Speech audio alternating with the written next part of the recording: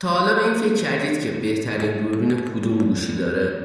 یا اصلا این گوشی قیمتش چنده؟ امروز جواب سوالتون رو میگیریم. سلام و خیلی خوش اومدید به چنل فون سیتی. آقا امروز قراره گوشیایی رو بهتون معرفی کنیم که بهترین دوربین رو نسبت به بقیه رقیباشون دارن و آخر ویدیو هم میگیم که کدوم دوربین از بقیه بهتره. پس حتما این ویدیو رو تا آخر نگاه کنید، چنل هم سابسکرایب کنید و یک کامنت بذارید که حسابتون باگ نشه. گوشی اول گلکسی 16.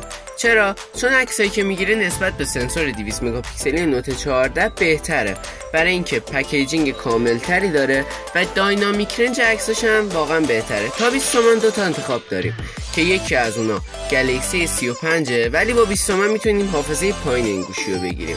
حالا اگه حافظه برات مهمه و محتوا زیاد میرسی تو گوشید، گلکسی 26 هم گزینه خیلی مناسبیه، ولی اگه من بودم قید حافظه رو میزدم و ازش میگذشتم. تا 30 تومن هم که هیچ انتخابی جز گلکسی A56 نداریم. چرا؟ چون پکیجینگ کامل تری داره، هم دوربین جلو و هم دوربین پشتش 4K فیلم برداری میکنه، تازه از AI هم پشتیبانی میکنه.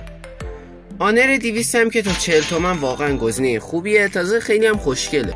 تا 50 تومن هم که دیگه میریم سراغ رده پرچم داره و خب هر گوشی بخریم ضرر نمی کنیم، ولی به ترتیب بهتریناشون هاوی پیورا 80، گلکسی 25 اولترا و تو عکس برداری شیائومی 15 اولترا از همه بهتره. حالا اگه بیشتر فیلم میگیری، آیفون 16 پرو مکس یه خورده عملکرد بهتری تو فیلم برداری از بقیه داره. دمتون گرم که تا اینجای ویدیو همراه ما بودید. یادتون نره حتما چنل رو سابسکرایب کنید و یک کامنت بذارید که حسابتون باگ نشه.